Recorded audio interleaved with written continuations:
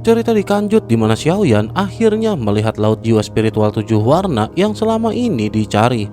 Saat rombongan mendekati laut jiwa spiritual 7 warna, langkah Miao Liankong tiba-tiba terhenti. Perempuan itu berdiri di batas wilayah yang dipenuhi dengan cahaya berkilau, namun Miao Liankong tidak menunjukkan keheningan untuk melangkah lebih jauh. Xiaoyan segera menyadari perubahan sikap tersebut dan bertanya mengenai alasannya. Xiaoyan menyampaikan bahwa Xiaoyan merasa Miao Liankong berhenti mendadak dan bertanya apakah tempat itu menyimpan bahaya. Miao Liankong pada saat ini menggelengkan kelapanya perlahan. Miao Liankong menjelaskan bahwa Miao Liankong sendiri tidak mengetahui dengan pasti apa yang tersembunyi di tempat tersebut. Menurut penjelasan Miao Liankong, wilayah itu disebut area terlarang karena makhluk dari alam suci Buddha ilahi memancarkan aura yang sangat menekan. Aura tersebut membuat siapapun yang mendekat merasa gentar dan ketakutan, seolah jiwa mereka terancam hanya dengan berada di dekatnya. Xiaoyan memandang ke arah laut jiwa spiritual 7 warna yang berada di hadapan mereka. Laut itu tampak jernih seperti kristal dan memancarkan cahaya 7 warna yang lembut. Permukaannya tampak tenang, namun keheningan tersebut justru memberi kesan misterius yang sulit dijelaskan. Xiaoyan juga tidak segera mendekat. Xiaoyan memilih untuk berhenti dan mengamati dengan hati-hati. Setelah beberapa saat berpikir, Xiaoyan mengeluarkan jiwa ilahi dari bendera penekan jiwa. Dengan kendali kekuatan jiwa, Xiaoyan memerintahkan jiwa ilahi itu untuk bergerak menuju laut jiwa spiritual 7 warna. Ketika jiwa ilahi tersebut mendekati permukaan laut, niat membunuh yang mengerikan tiba-tiba muncul. Sebuah kekuatan tak terlihat mendadak muncul dari kehampaan dan menghantam jiwa ilahi tersebut. Dalam sekejap, jiwa tersebut hancur menjadi serpihan halus yang lenyap tanpa tersisa. Pada saat singkat sebelum kehancuran itu, kesadaran Xiaoyan seolah melihat sesuatu yang berbeda di balik permukaan laut tersebut. Di balik cahaya 7 warna yang indah, tampak warna merah tua yang menyeramkan. Warna itu seperti lautan kebencian yang terkumpul, seakan memperlihatkan kebenaran mengerikan yang tersembunyi di balik keyakinan suci.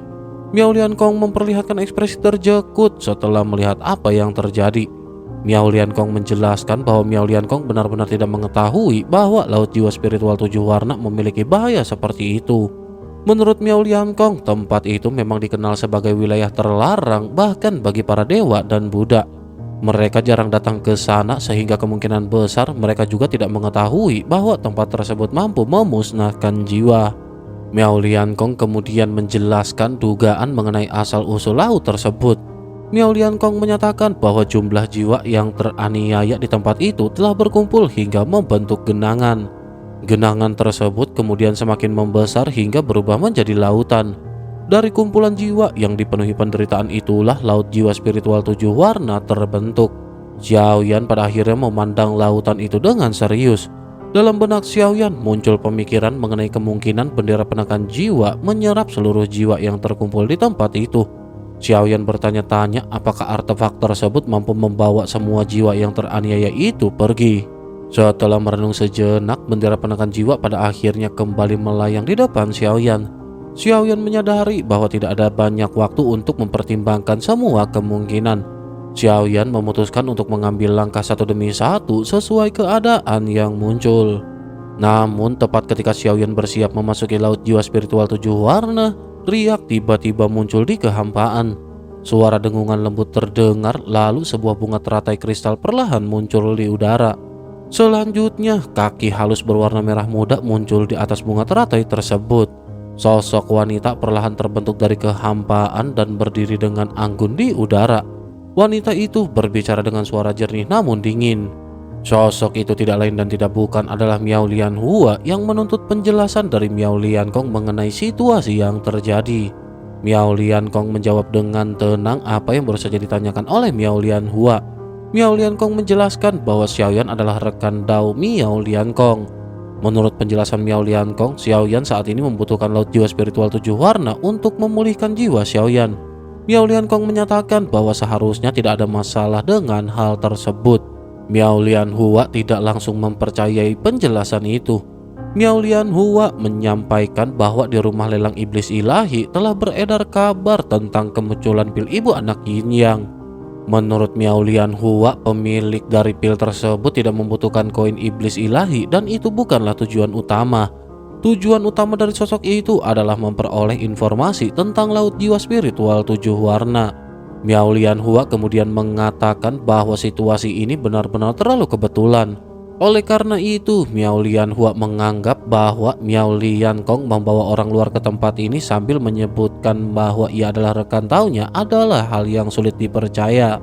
Saat menyampaikan hal itu, pandangan Miao Lianhua tertuju sepenuhnya kepada Xiaoyan. Sementara itu Miao Liankong kemudian menjelaskan bahwa laut jiwa spiritual 7 warna sebenarnya tidak berguna bagi mereka. Miao Liankong memohon agar Miao Lianhua tidak ikut campur dalam urusan mereka. Namun Miao Lianhua tidak memperhatikan permohonan tersebut. Tatapan Miao Lianhua tetap berfokus pada Xiaoyan dan perlahan Miao Lianhua mengangkat telapak tangan dan sebuah tubuh emas raksasa muncul di belakang Miao Lianhua. Meskipun suara Miao Lianhua tidak keras, kata-kata Miao Lianhua seolah meledak langsung di dalam jiwa Xiaoyan dan Miao Liankong. Tatapan Miao Lianhua terasa seakan menembus seluruh keberadaan Xiaoyan.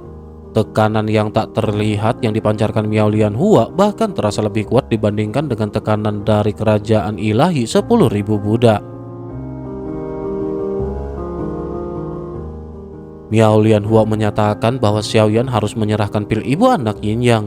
Selain itu, Xiaoyan juga harus menerima 10.000 cambukan ilahi dari platform pembersihan hati. Hanya dengan melakukan hal itu, Miao Lianhua bersedia mengampuni Xiaoyan dari dosa pembantaian banyak dewa di alam suci Buddha ilahi. Pernyataan tersebut seketika menunjukkan bahwa Miao Lianhua telah mengetahui seluruh kejadian yang ada. Saat Miao Liankong hendak berbicara, mata Xiaoyan tiba-tiba berkedip. Pada saat itu terjadi perebutan tubuh yang membuat Xiaoyan kembali kehilangan kendali atas kekuatan fisik dan kelima inderanya. Kekuatan lain mengambil tubuh Xiaoyan dan berbicara melalui tubuh tersebut. Sosok yang menguasai tubuh Xiaoyan menyatakan bahwa pil ibu anak Yin Yang dapat diberikan kepada Miao Lianhua, namun Xiaoyan ingin menukarnya dengan sebuah komisi. Ucapan itu disampaikan dengan nada samar dan sengaja menekankan kata komisi. Jika Miao Lianhua memang sosok yang dikenal sebagai nomor 3 di dalam konferensi Dewa Kekacauan, maka Miao Lianhua seharusnya memahami maksud tersebut. Benar saja ketika kata itu diucapkan, alis Miao Lianhua sedikit berkerut. Perubahan ekspresi yang sangat singkat itu hampir memastikan dugaan tersebut. Tubuh Xiaoyan kemudian menyebutkan bahwa satu pil ibu anak Yin Yang dapat ditukar dengan satu komisi, lalu secara langsung menyebut nama kode nomor 3. Miao Lianhua menatap Xiaoyan dengan hati-hati dan menanyakan identitas sebenarnya dari orang yang berbicara melalui tubuh tersebut. Tubuh Xiaoyan kemudian menyatakan identitasnya sebagai Xiaoyan dari dunia sensi dan nama kode 9 dalam konferensi alam dewa kekacauan. Xiaoyan menjelaskan bahwa keberadaan Xiaoyan di tempat itu bukanlah kehendak pribadi. Pembantaian ras ilahi terjadi karena Xiaoyan terpaksa bertindak setelah dijegat. Xiaoyan juga menjelaskan bahwa sebagian jiwa para korban saat ini berada dalam bendera penekan jiwa. Jika pil ibu anak Yin Yang masih dianggap kurang, Xiaoyan bersedia memberikan pil pengembalian mimpi sebagai tambahan. Xiaoyan kemudian menyatukan kedua tangan sebagai tanda hormat menunjukkan ketulusan. Melihat hal itu, Miao Lianhua pada saat ini terdiam sejenak. Tubuh emas di belakang Miao Lianhua juga pada akhirnya perlahan-lahan mulai menghilang. Namun pada saat yang sama, seberkas cahaya tiba-tiba terbang menuju Miao Lianhua dan mendarat di tangan Miao Lianhua. Setelah menerima pesan tersebut, Miao Lianhua pada akhirnya kembali mengerutkan kening. Dibandingkan Miao Liankong, aura Miao Lianhua tampak seperti bunga teratai yang muncul di air, memancarkan kemurnian dan ketidakpedulian terhadap urusan duniawi. Setelah beberapa saat, Miao Lianhua akhirnya menyetujui kesepakatan tersebut. Miao Lianhua menyatakan bahwa pil ibu anak Yin Yang tidak diperlukan. Sebagai gantinya, Xiaoyan hanya perlu berhutang satu bantuan yang bisa dibayar di masa depan. Setelah menyampaikan keputusan itu, pada akhirnya Miao Lianhua berbalik. Sosok Miao Lianhua pada saat ini tampak terlihat semakin memukau dari samping. Miao Lianhua kemudian menyampaikan peringatan agar Xiaoyan bertindak cepat dan tidak menimbulkan keributan. Jika keberadaan Xiaoyan terungkap, maka Miao Lianhua tidak akan memberikan perlindungan. Setelah mengucapkan peringatan itu, Miao Lianhua pada akhirnya segera pergi. Sementara itu Xiaoyan menangkupkan tangannya lagi untuk kembali memberi hormat. Xiaoyan lanjut memegang bendera penekan jiwa dan melesat menuju ke laut jiwa spiritual 7 warna. Begitu memasuki wilayah itu, roh-roh pendendam di sekitarnya mulai meraung. Bendera penekan jiwa memancarkan kekuatan penyerap jiwa yang sangat kuat dan mulai menarik setiap jiwa yang mendekat. Dengan cepat, bendera penekan jiwa mulai memadatkan cincin jiwa ketiga. Ketika Xiaoyan semakin jauh memasuki laut jiwa spiritual 7 warna, Xiaoyan merasakan bahwa selain roh-roh pendendam, ada juga kebencian yang luar biasa kuat memenuhi tempat tersebut. Seluruh wilayah itu benar-benar tampak dipenuhi dengan kebencian. Setelah berada lebih dalam, Xiaoyan menyadari sesuatu yang mengejutkan. Laut jiwa 7 warna ternyata tidak hanya terbentuk dari kekuatan jiwa. Laut tersebut sebenarnya adalah makhluk hidup. Pada saat itu, sebuah tekad kuat pada akhirnya muncul dalam pikiran Xiaoyan. Jiwa-jiwa yang teraniaya dari segala arah mulai meraung dengan kebencian yang tak tertahankan. Xiaoyan tetap tenang menghadapi gelombang kebencian itu dan Xiaoyan segera duduk bersila di udara. Dengan kedua tangan terbentang, Xiaoyan mengaktifkan bendera penekan jiwa sepenuhnya untuk menyerap semua jiwa yang teraniaya. Cincin jiwa pada bendera penekan jiwa terus terbentuk dan memadat. Cincin keempat muncul, lalu kelima, dan jumlahnya terus bertambah hingga mencapai cincin ke-10. Puluhan ribu jiwa yang teraniaya terus terserap ke dalam bendera, sementara Xiaoyan hanya perlu menjaga kekuatan jiwanya agar tidak terkikis oleh kebencian yang memenuhi lautan tersebut. Di tengah lautan jiwa yang meraung, kesadaran Xiaoyan menyampaikan sebuah pernyataan kepada seluruh jiwa yang teraniaya bahwa Xiaoyan bukan seorang dewa. Xiaoyan memahami keluhan dan kebencian yang mereka rasakan. Jika jiwa-jiwa tersebut bersedia, Xiaoyan menyatakan bahwa Xiaoyan dapat membantu membalaskan dendam mereka. Kebencian yang pekat bergema dari kedalaman lautan roh 7 warna. Gelombang kesadaran yang tercabik oleh penderitaan berkumpul menjadi satu arus kemarahan yang tidak terhitung jumlahnya. Seluruh lautan cahaya yang sebelumnya memancarkan kilauan tenang tiba-tiba bergolak dengan kekuatan yang tidak terkendali. Aura iblis yang menyesakan memancar dari segala arah seolah-olah seluruh ruang telah dipenuhi oleh dendam yang tidak pernah terselesaikan.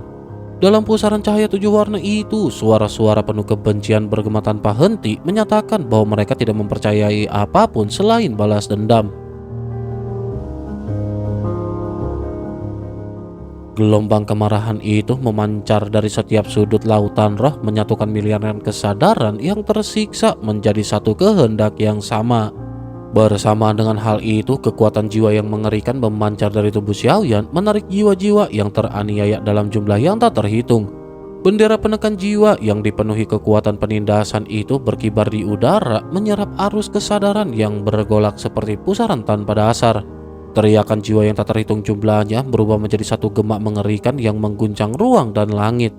Jeritan itu tidak lagi kacau, melainkan menyatu menjadi satu kesadaran raksasa yang penuh kebencian. Permukaan laut roh yang tampak seperti kristal berharga juga tiba-tiba mendidih seperti magma. Di kedalaman lautan cahaya itu, kebencian merah tua yang selama ini ditekan bangkit sepenuhnya seperti raksasa lava yang baru saja terbangun dari tidur panjang. Ledakan energi kebencian memancar keluar dengan tekanan kekuatan yang menggetarkan ruang. Tulang-tulang iblis pucat yang tak terhitung jumlahnya juga mulai bergerak. Pecahan baju zirah emas ilahi yang hancur, kerangka manusia yang terpelintir, serta potongan-potongan tulang yang tercabik, semuanya ditarik oleh kekuatan tak terlihat. Seolah-olah ada tangan raksasa yang mengaduk seluruh lautan roh, mencampurkan setiap sisa kehancuran yang tersimpan di dalamnya. Potongan-potongan tulang dan besi itu dilebur bersama oleh kebencian yang mengental. Dalam waktu singkat terbentuklah sebuah wujud yang aneh dan menakutkan. Makhluk itu tidak memiliki daging ataupun darah. Tubuh utamanya tersusun dari potongan kerangka besar yang pucat dan kotor, semuanya berlumuran darah kering. Kerangka-kerangka itu bertumpuk membentuk kerangka tubuh raksasa yang tampak tidak wajar. Dari sela-sela kerangka itu, kebencian merah darah mengalir seperti daging hidup yang menutupi tulang-tulangnya. Dendam yang terkumpul selama waktu yang tak terhitung berubah menjadi kulit dan jaringan yang berdenyut. Di permukaan tubuh makhluk itu, miliaran wajah yang terdistorsi muncul dan menghilang tanpa henti. Wajah-wajah penuh penderitaan itu meraung dalam keputusasaan dan membentuk kulit yang mengerikan. Dari tubuh raksasa tersebut juga muncul cakar tulang merah tua yang tak terhitung jumlahnya. Setiap cakar terbentuk dari kebencian murni yang mengental, dan cakar-cakar itu merobek ruang di sekitarnya dengan gerakan liar. Inilah wujud asli sejati dari lautan roh tujuh warna.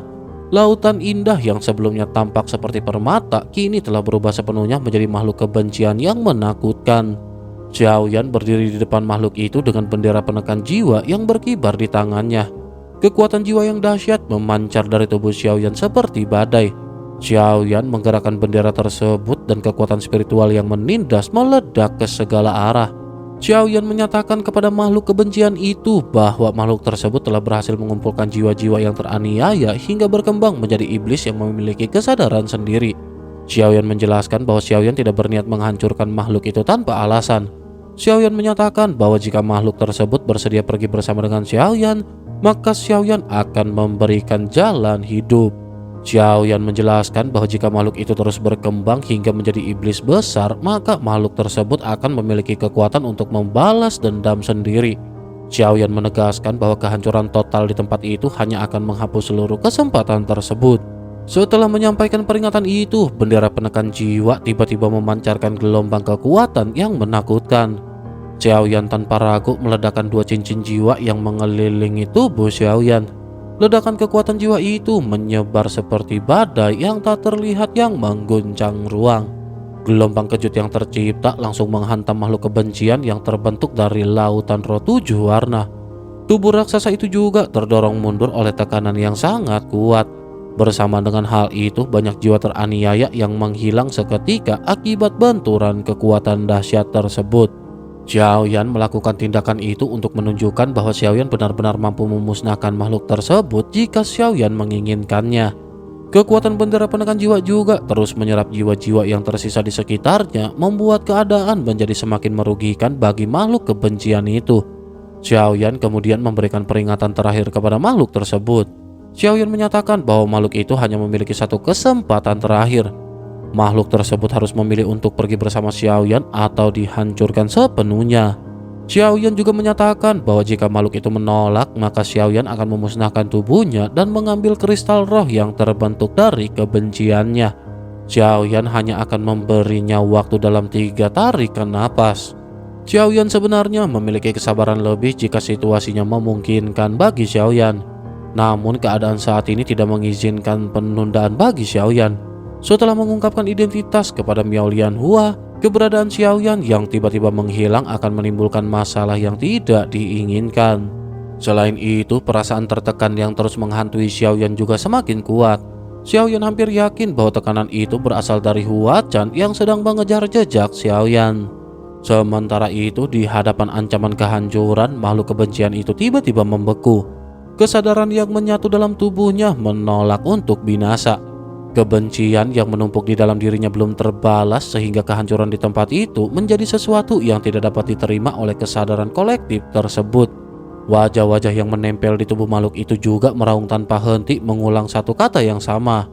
Kesadaran itu menyatakan bahwa makhluk tersebut tidak dapat meninggalkan tempat itu karena keberadaannya terikat oleh wilayah tersebut. Xiaoyan pun menyatakan bahwa Xiaoyan memiliki cara untuk membawa makhluk tersebut keluar dari tempat itu. Xiaoyan memerintahkan makhluk itu untuk melepaskan kebencian yang mengikatnya dan mempercayai metode yang dimiliki Xiaoyan. Setelah beberapa saat, tubuh raksasa itu pada akhirnya runtuh menjadi badai merah darah. Energi kebencian yang mengamuk kembali menyatu menjadi roh laut tujuh warna yang berkilau seperti permata.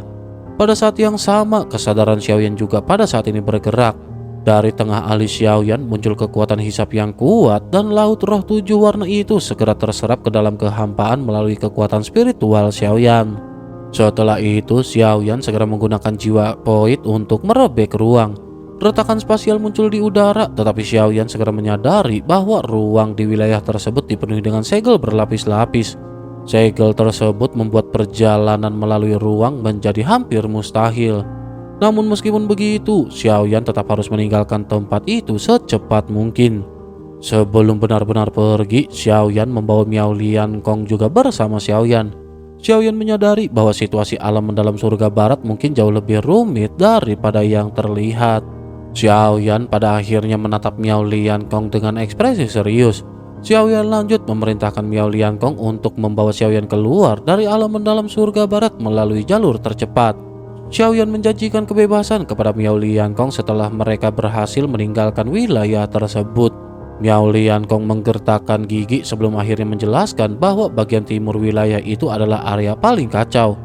Di tempat tersebut terdapat titik terlemah di kota penyegelan iblis cahaya Buddha, sehingga jalur itu merupakan jalur tercepat untuk melarikan diri. Miao Liankong bersedia melakukan apapun demi untuk bertahan hidup. Selain itu, Miao Liankong juga menyadari bahwa keberadaan lautan roh 7 warna sebenarnya bukanlah sesuatu yang benar-benar penting. Bagi mereka, lautan roh itu justru merupakan duri tersembunyi yang selama ini sebenarnya menjadi ancaman. Mungkin karena alasan itulah Miao Lianhua sebelumnya tidak terlalu mempermasalahkan keberadaan Xiao Yan. Namun meskipun begitu, Miao Liankong pada saat ini masih saja tetap merasa tercekut. Dengan kepribadian Miao Lianhua yang tegas, seharusnya Xiao Yan sudah dihancurkan sejak awal. Namun kenyataannya Xiao Yan sama sekali tidak terluka dan laut roh 7 warna bahkan telah menghilang tanpa jejak pertempuran. Miao Liankong tidak mengetahui bagaimana Xiao Yan melakukannya, tetapi rasa kagum terhadap sosok di sampingnya mulai tumbuh tanpa disadari. Selanjutnya, dengan bantuan jiwa Void, Xiao Yan pada akhirnya bergerak cepat menuju wilayah timur domain suci Buddha ilahi. Bagi Xiao Yan yang mampu melintasi ruang, jarak luas wilayah tersebut bukanlah halangan yang berarti. Namun hampir pada saat yang sama ketika Xiao Yan memasuki wilayah itu, cahaya pedang yang menakutkan tiba-tiba menembus kehampaan. Aura pedang yang mengandung kekuatan penghancur menyapu ruang tanpa adanya peringatan. Hua Chan muncul bersama ratusan budak pedang menerobos langsung ke dalam domain suci Buddha ilahi. Namun bersama dengan hal itu, cahaya Buddha melesat menuju Hua Chan dengan kekuatan yang tampaknya tak tertandingi. Menghadapi serangan tersebut, Hua Chan mengangkat pedang dan menebaskan satu ayunan sederhana. Tebasan itu membelah formasi penyegel cahaya Buddha ilahi, menciptakan retakan raksasa sepanjang puluhan ribu kaki. Tapi retakan itu juga seketika terbakar oleh api pedang abu-abu yang menyala. Benturan dari kedua kekuatan itu menciptakan badai spasial yang mengerikan. Namun pada saat itu, sebuah bunga lotus kristal muncul dari kehampaan. Miao Lianhua muncul berdiri di atas platform lotus dengan kaki telanjang. Wajah Miao Lianhua dipenuhi dengan ekspresi dingin dan marah ketika menatap ke arah Hua Chan. Cahaya dari 9 kelopak lotus di antara alis Miao Lianhua juga pada saat ini bersinar terang. Miao Lianhua segera menanyakan dengan tegas agar Hua Chan menghentikan tindakan tersebut dan menanyakan alasan Hua Chan memaksa masuk ke wilayah suci itu. Hua Chan kemudian menyatakan dengan sikap sopan bahwa Hua Chan sedang mengejar seseorang dan tanpa sengaja memasuki wilayah suci tersebut. Hua Chan menjelaskan bahwa Hua Chan tidak menyadari adanya formasi penghalang yang menyegel wilayah tersebut. Selanjutnya, setelah penghalang cahaya Buddha menghilang, Miao Lianhua pun menanyakan siapakah sosok yang dikejar oleh Hua Chan. Hua Chan menjelaskan bahwa orang yang dicari adalah seorang alkemis yang menggunakan pil ibu anak yin yang. Hua Chan juga menyatakan bahwa kemungkinan besar Miao Lianhua mengenali orang tersebut. Miao Lianhua berbalik tanpa mengucapkan sepatah kata pun. Tubuh Miao Lianhua langsung berubah menjadi pelangi panjang dan melintasi langit kehampaan. Kilatan cahaya itu melesat menjauh dengan kecepatan tinggi, seolah membawa sesuatu tujuan yang telah ditetapkan sejak awal. Hua Chan juga memahami maksud yang disampaikan oleh Miao Lianhua tanpa perlu banyak penjelasan. Hua Chan segera menginjak pedang ilahi miliknya dan terbang mengikuti dari belakang. Puluhan budak pedang yang berada di belakang Hua Chan juga bergerak serempak mengikuti pemimpin mereka dengan disiplin dan dingin. Miao Lianhua memimpin jalan dan membawa Hua Chan hingga tiba di luar wilayah ruang kotor yang sebelumnya dipenuhi energi aneh. Pada saat itu, Miao Lianhua menyampaikan maksudnya dengan jelas kepada Hua Chan. Miao Lianhua menjelaskan bahwa orang yang sedang dicari Hua Chan berada di antara mereka yang berada di tempat itu. Miao Lianhua juga menegaskan agar Hua Chan tidak melukai orang lain yang tidak memiliki hubungan dengan tujuan Hua Chan. Tanpa ragu, Hua Chan langsung bergerak memasuki ruang kotor tersebut. Miao Lianhua juga mengikuti dari belakang, namun pemandangan yang muncul di hadapan mereka sudah sangat berbeda dari sebelumnya. Lautan roh 7 warna yang seharusnya berada di tempat itu sudah tidak terlihat lagi. Energi berwarna-warni yang sebelumnya memenuhi ruang tersebut telah menghilang sepenuhnya. Bahkan sosok Xiaoyan juga tidak lagi berada di sana. Hua Chan menatap sekeliling dengan ekspresi datar. Hua Chan kemudian menyampaikan pemikirannya kepada Miao Lianhua bahwa kemungkinan Miao Lianhua hanya ingin mengundangnya ke tempat itu untuk berlatih tanding. Nada suara Hua Chan seketika menunjukkan sedikit kecurigaan. Sementara itu Miao Lianhua terlihat mengerutkan alis. Miao Lianhua juga tidak menyangka Xiaoyan mampu pergi dalam waktu yang begitu singkat. Terlebih lagi Xiaoyan jelas tidak keluar melalui pintu masuk yang sama, karena jika itu terjadi Miao Lianhua pasti akan merasakan pergerakan tersebut. Miao Lianhua pada akhirnya menjelaskan kepada Hua Chan bahwa karena Miao Lianhua yang membawa Hua Chan ke tempat itu, Miao Lianhua tidak memiliki alasan untuk berbohong. Menurut penilaian Miao Lianhua, Xiaoyan pasti memiliki metode khusus untuk melintasi ruang angkasa dan meninggalkan tempat itu tanpa terdeteksi. Hua Chan menanggapi perkataan itu dengan tenang. Hua Chan menyatakan bahwa metode untuk melintasi ruang angkasa sebenarnya bukanlah sesuatu yang terlalu sulit. Setelah mengatakan hal itu, Hua Chan segera mengangkat tangannya dan menyatukan 2 jarinya. Cahaya pedang seketika muncul di ujung jari Hua Chan. Gelombang niat pedang yang sangat dalam langsung menyebar ke seluruh ruang kotor. Dalam sekejap, ratusan budak pedang yang berdiri di belakang Hua Chan merasakan resonansi yang begitu kuat. Cahaya pedang abu putih muncul bersamaan dari tubuh para budak pedang tersebut. Energi pedang yang tersimpan dalam tubuh mereka seperti ditarik keluar secara paksa oleh Hua Chan. Untaian energi pedang itu mengalir seperti ratusan sungai yang menuju lautan, berkumpul pada cahaya pedang di ujung jari Hua Chan. Hua Chan kemudian menyatakan maksud dari teknik yang sedang ia gunakan. Hua Chan menjelaskan bahwa jiwa pedang akan digunakan sebagai penuntun, sedangkan jejak pikiran yang tak terhitung jumlahnya akan menjadi penanda untuk melacak target yang melarikan diri. Setelah itu Hua Chan mengayunkan jarinya dengan tajam ke berbagai arah. Cahaya pedang yang berada di ujung jari Hua Chan langsung terbang keluar. Cahaya itu segera berlipat ganda menjadi ratusan, kemudian ribuan, lalu puluhan ribu dalam waktu yang sangat singkat. Seluruh ruang seakan dipenuhi oleh raungan cahaya pedang yang menembus kehampaan. Hua Chan kembali menjelaskan bahwa setiap metode yang digunakan untuk menembus ruang angkasa pasti akan meninggalkan jejak tertentu. Menurut perhitungan Hua Chan, selama jejak tersebut masih ada, maka keberadaan Xiaoyan dapat ditemukan. Selanjutnya tatapan Hua Chan pada akhirnya berubah menjadi sangat dingin.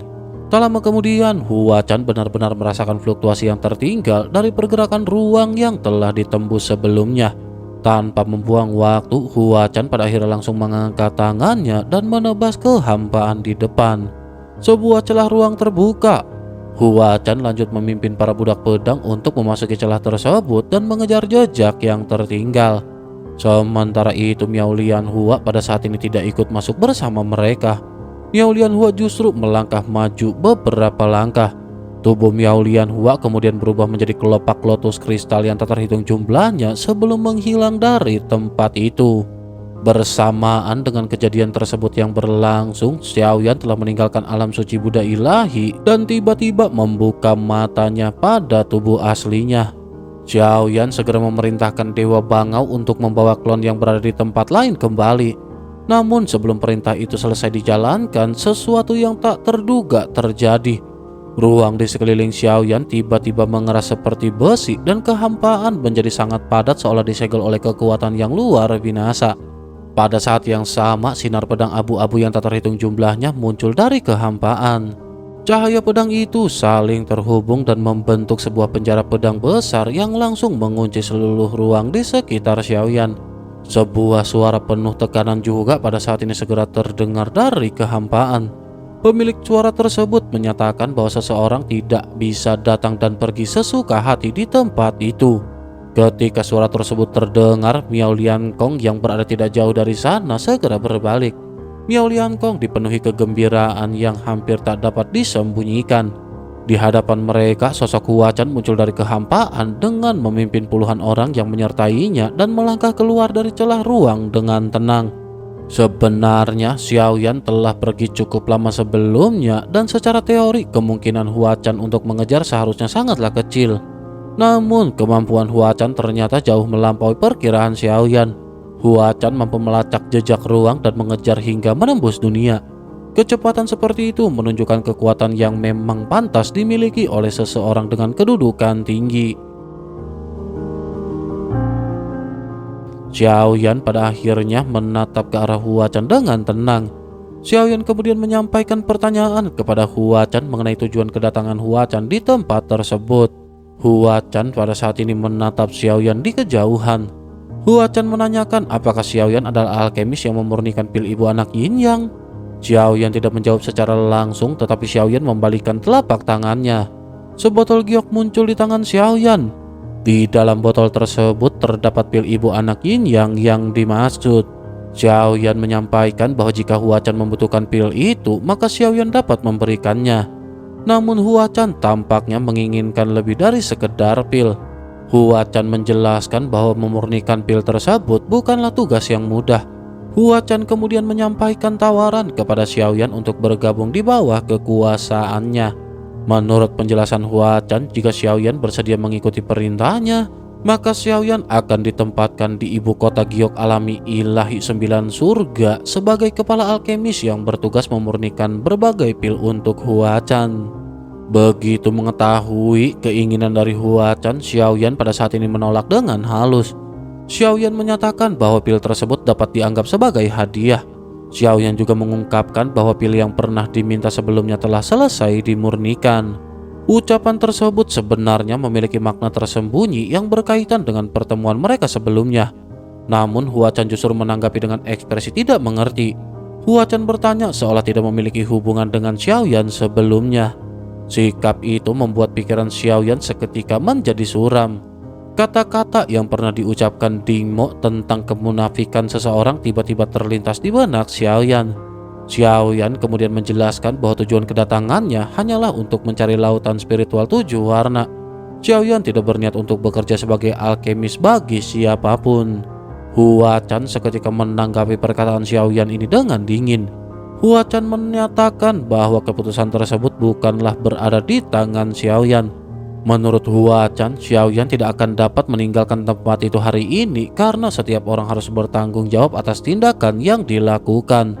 Tatapan Huachan juga sempat mengarah kepada Miao Liankong seolah ada hubungan tertentu di antara mereka. Sementara itu, Xiaoyan menyadari bahwa Huachan tampaknya berniat menyangkal identitas yang mereka miliki di dalam konferensi alam dewa kekacauan. Dengan kata lain, Huachan berniat menyerang Xiaoyan tanpa memperdulikan hubungan tersebut. Huachan kemudian menyatakan dengan sombong bahwa hidup dan mati Xiaoyan sepenuhnya berada di tangan Huachan. Huachan menilai bahwa seorang kultivator alam transenden tingkat 4 seperti Xiaoyan benar-benar tidak akan memiliki kemampuan untuk bisa melawan. Namun Huachan juga pada saat ini mengakui bahwa keberanian Xiaoyan cukup langka. Huachan kemudian segera menyampaikan sebuah keputusan. Huachan akan menyerang dengan 3 tebasan pedang dan jika Xiaoyan mampu menahan ketiga serangan tersebut, maka Huachan akan membiarkan Xiaoyan pergi. Tetapi jika Xiaoyan gagal menahannya, maka jiwa dan roh Xiaoyan akan dimusnahkan sepenuhnya. Xiaoyan pun segera menerima tantangan dari Huachan. Huachan perlahan mengangkat tangannya dan sebuah bilah pedang ilahi muncul di telapak tangan Huachan. Pada saat pedang itu terbentuk, Xiaoyan langsung merasakan tekanan kematian yang sangat kuat menyelimuti dirinya. Xiaoyan pun memutuskan untuk segera melepaskan seluruh kekuatan yang Xiaoyan miliki. Kekuatan klon dewa asli dan klon jangkrik emas dikerahkan Xiaoyan sepenuhnya. Bahkan kekuatan tubuh asli dewa asli yang sangat besar juga dikeluarkan tanpa tersisa. Namun Xiaoyan tahu bahwa semua itu juga mungkin masih belum cukup.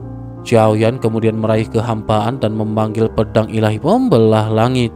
Xiaoyan berniat untuk menghadapi serangan terakhir menggunakan pedang tersebut. Setelah itu barulah pada akhirnya Huachan mulai bertindak. Huachan mengangkat pedangnya dan menjatuhkan satu tebasan dengan kecepatan luar binasa. Serangan tersebut terlalu cepat sehingga Xiaoyan bahkan tidak memiliki kesempatan untuk bereaksi. Pedang ilahi pembelah langit yang digunakan oleh Xiaoyan langsung hancur saat bersentuhan dengan serangan tersebut. Cahaya pedang juga menembus tubuh Xiaoyan sekaligus jiwa Xiaoyan. Suara ledakan besar bergema di kehampaan dan tubuh fisik Xiaoyan tidak mampu menahan kekuatan itu sama sekali. Dalam sekejap tubuh Xiaoyan runtuh sepenuhnya dan hancur tanpa meninggalkan jejak. Huachan menggelengkan telapak dengan ekspresi menyesal dan Huachan merasa bahwa serangan yang digunakannya terlalu kuat untuk lawan seperti Xiaoyan. Huachan bahkan menyatakan bahwa seharusnya Xiaoyan memiliki sedikit kemampuan untuk melawan. Huachan juga menambahkan bahwa kematian Xiaoyan di bawah pedangnya setidaknya akan membuat nama Xiaoyan dikenang sebagai seorang alkemis hebat yang gugur di tangan seorang ahli pedang. Namun pada saat itu tiba-tiba kehampaan yang hancur kembali beriak. Bintik-bintik cahaya mulai berkumpul dari segala arah. Cahaya tersebut perlahan menyatu kembali hingga membentuk sosok Xiaoyan yang utuh. Melihat kejadian itu, Huachan menyatakan bahwa Xiaoyan ternyata benar-benar mampu menahan satu serangan pedangnya. Huachan juga menilai bahwa teknik kebangkitan yang digunakan Xiaoyan kemungkinan hanya dapat digunakan sekali. Huachan kemudian kembali memberikan pilihan kepada Xiaoyan untuk menerima tawaran sebelumnya sebelum pedang berikutnya dijatuhkan.